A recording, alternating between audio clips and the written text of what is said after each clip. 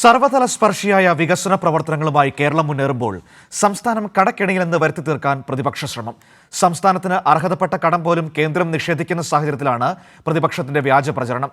അതേസമയം 2021 ശേഷം കേരളത്തിന്റെ ആകെക്കടം ഗണ്യമായി കുറഞ്ഞതായാണ് GSDP കണക്കുകൾ വ്യക്തമാക്കുന്നത്. പാർലമെന്റും സംസ്ഥാന നിയമസഭയും അംഗീകരിച്ച ധന ഉത്തരവാദിത്ത നിയമത്തിനുള്ളിൽ നിന്നുകൊണ്ട് കേന്ദ്ര സർക്കാരിന്റെ അനുമതിയോടെയും റിസർവ് ബാങ്ക് നിബന്ധനകൾ പാലിച്ചും മാത്രമാണ് സംസ്ഥാനങ്ങൾക്ക് വായ്പയെടുക്കാനാവുക.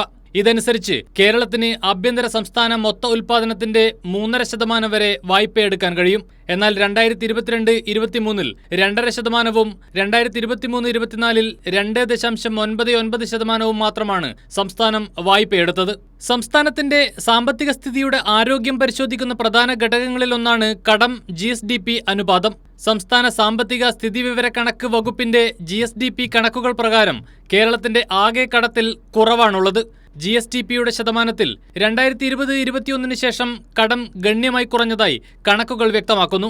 2020-21 കടം GSDP അനുപാതം 38.47%. 2021-22 36.31%, 2022-23 35.38%, 2023-24 34.2% എന്നിങ്ങനെ കുറയുകയായിരുന്നു. 2024-25 33.9% താഴ്ന്നു.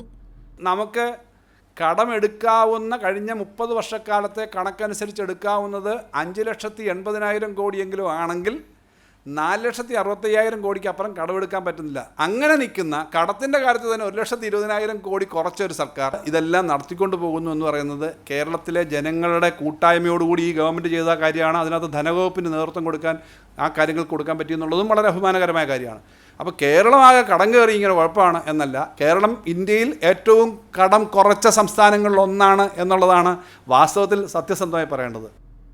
2020-21 GSDP 7.79 ലക്ഷം കോടി രൂപയായിരുന്നപ്പോൾ സംസ്ഥാനത്തിന്റെ ആകെ ബാധ്യത 2.96 ലക്ഷം കോടി രൂപയായിരുന്നു.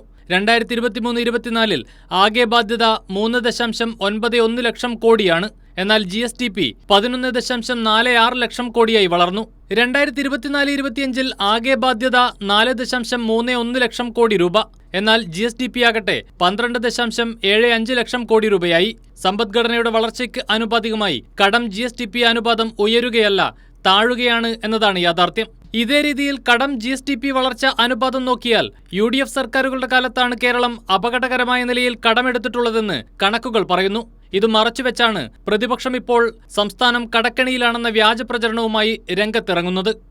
കേരളത്തിന്റെ കുതിപ്പിന് തുരങ്കം വയ്ക്കാൻ പ്രതിപക്ഷം രാഷ്ട്രീയ ദുരാരോപണങ്ങൾ ഉന്നയിക്കുമ്പോൾ പൊതുസമൂഹത്തിന് മുന്നിലുള്ള ഈ കണക്കുകൾ തന്നെയാണ് മറുപടി. കമലേഷ് തെക്കേക്കാട്, കൈരളി ന്യൂസ്, തിരുവനന്തപുരം.